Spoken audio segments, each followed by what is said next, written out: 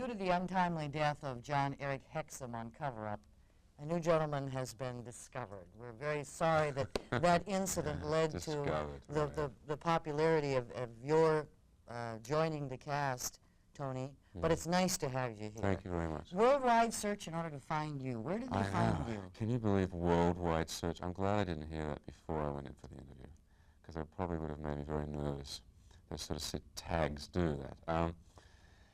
I was in Los Angeles. I was working. In fact, was working. I was doing a movie of the week for NBC, and they had been seeing a lot of actors from all over the world and from New York, of whom I knew a few.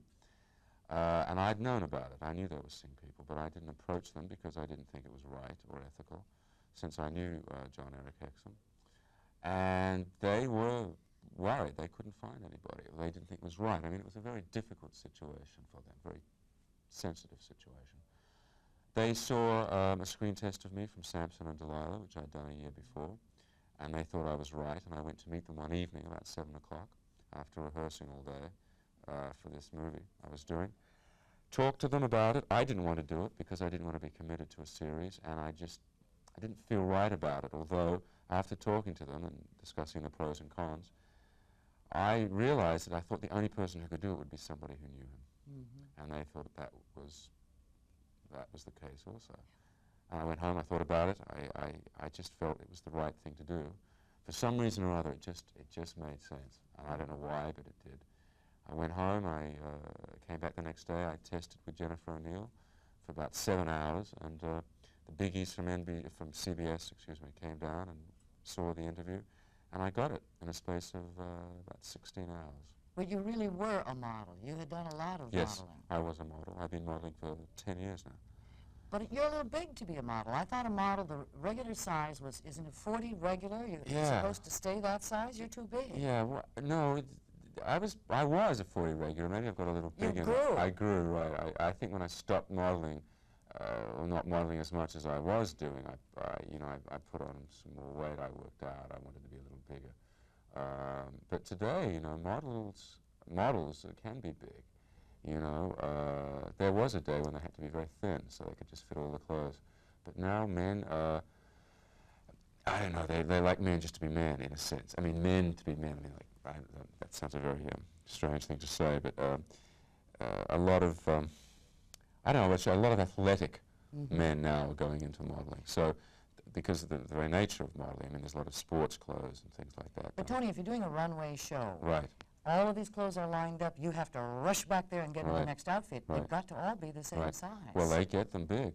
They get them big. Tom Fleming is a friend of mine in New York. Big man, and he gets them made for him. They get big sizes for him.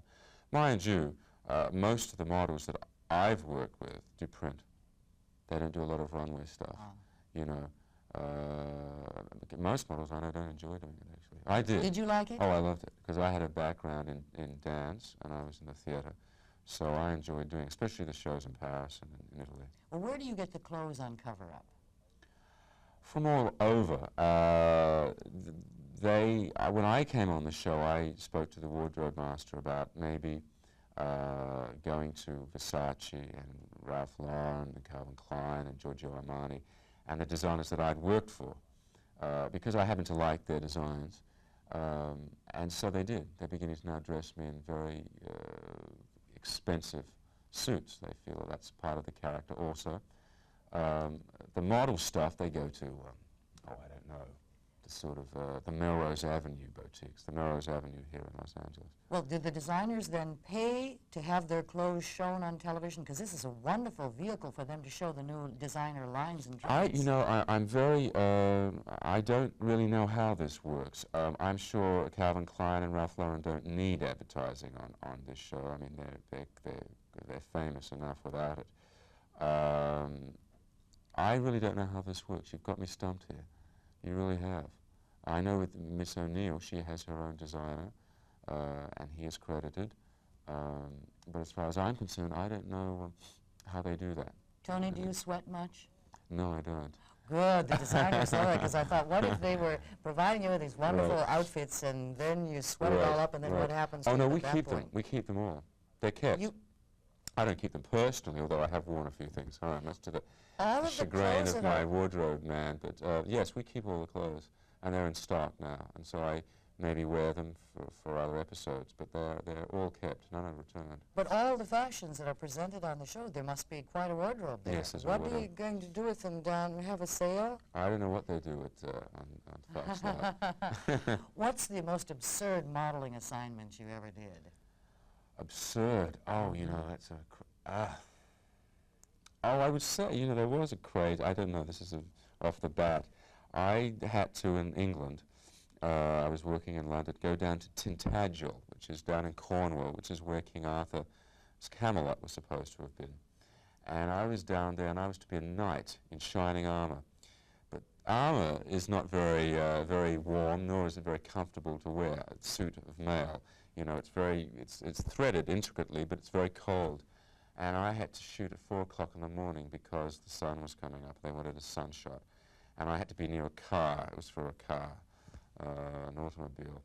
And at 4 o'clock in the morning, I was wearing the suit of mail in the swamp with the sun coming up. And I thought it was pretty bizarre. I thought it was pretty bizarre. I saw you in an ad smoking a cigarette.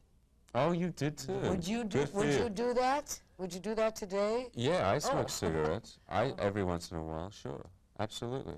I think in life you should have a little bit of everything, and I think a cigarette here and there doesn't hurt. In moderation. I believe that, absolutely, yes. Tony, good luck to you in the show. Thank you very much. Tony Hamilton is his name. Of course, the show is Cover Up right here on 1011. You're a very special guy and very handsome, we must admit. Please stay tuned. There's a lot more to come as the morning show continues.